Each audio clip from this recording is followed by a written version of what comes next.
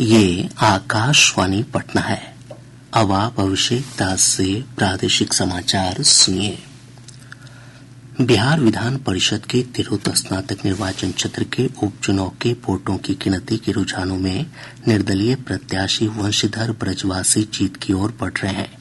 प्रथम वरीयता के मतों के लिए 9 चक्र की हुई गिनती में ब्रजवासी को कुल 23,003 मत प्राप्त हुए। वहीं दूसरे स्थान पर जनसुराज के विनायक गौतम हैं। उन्हें 12,467 वोट मिले।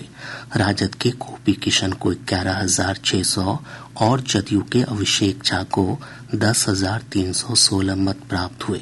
अभी दूसरी वरीयता के मतों की गिनती जारी है। बिहार लोक सेवा आयोग ने कहा है कि 70वीं संयुक्त प्रारंभिक प्रतियोगिता परीक्षा में 4,83,000 अभ्यर्थियों के शामिल होने की संभावना है। आयोग के अध्यक्ष परमार रवि मनुभाई ने बताया कि परीक्षा के लिए राज्य भर में 925 केंद्र बनाए गए हैं।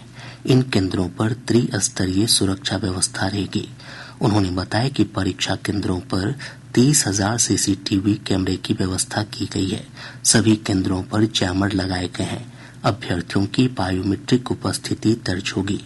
आयोग के अध्यक्ष ने कहा कि परीक्षा को लेकर अफवाह फैलाने वालों पर विधि सम्मत कार्रवाई की जाएगी। केंद्र सरकार ने मीडिया की उन खबरों का खंडन किया है जिसमें कहा जा रहा है कि भारतीय रिजर्व बैंक ने 2 बैंक में खाता रखने पर जुर्माने का प्रावधान किया है। पत्र सूचना कार्यालय की फैक्ट चेक इकाई ने इस खबर को पूरी तरह निराधार बताते हुए कहा कि आरबीआई ने ऐसा कोई दिशा निर्देश जारी नहीं किया है। प्रादेशिक समाचार आप आकाशवाणी पटना से सुन रहे हैं।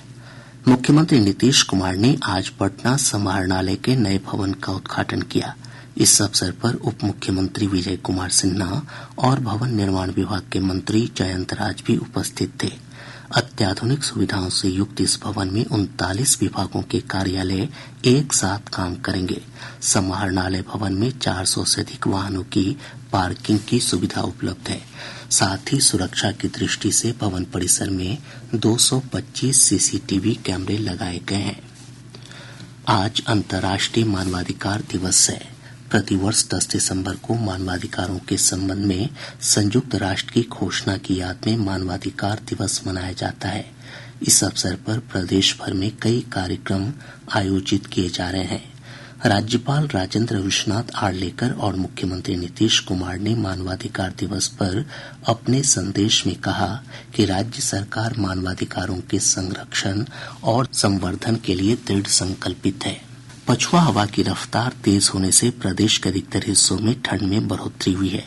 मौसम पूर्वानुमान में कहा गया है कि अगले 2 दिनों के दौरान न्यूनतम तापमान में 2 से 4 डिग्री सेल्सियस की और गिरावट होने की संभावना है। वहीं कल सुबह राज्य के उत्तर पूर्वी भागों में घना कोहरा छाया रहेगा। राज्य के शेष हिस्सों में हल्के से मध्यम स्तर का कुहासा छाये रहने की संभावना है।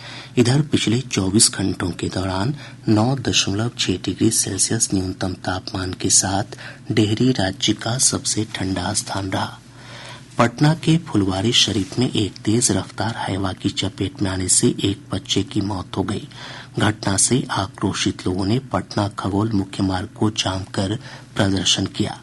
अरवल जिले के बनियाबिघा गांव के पास एक ट्रक की चपेट में आने से ऑटो रिक्शा सवार एक व्यक्ति की मौत हो गई, जबकि 13 अन्य गंभीर रूप से घायल हो गए। बेतिया की पॉक्सो अदालत ने नाबालिग से दुष्कर्म के मामले में दोषी रूपेश गिरी को 20 वर्ष कठोर कारावास और 25,000 रुपये अर्थदंड की सजा सुनाई है। इसके साथ ही आकाशवाणी पटना से प्रसारित प्रादेशिक समाचार का ये अंक समाप्त हुआ।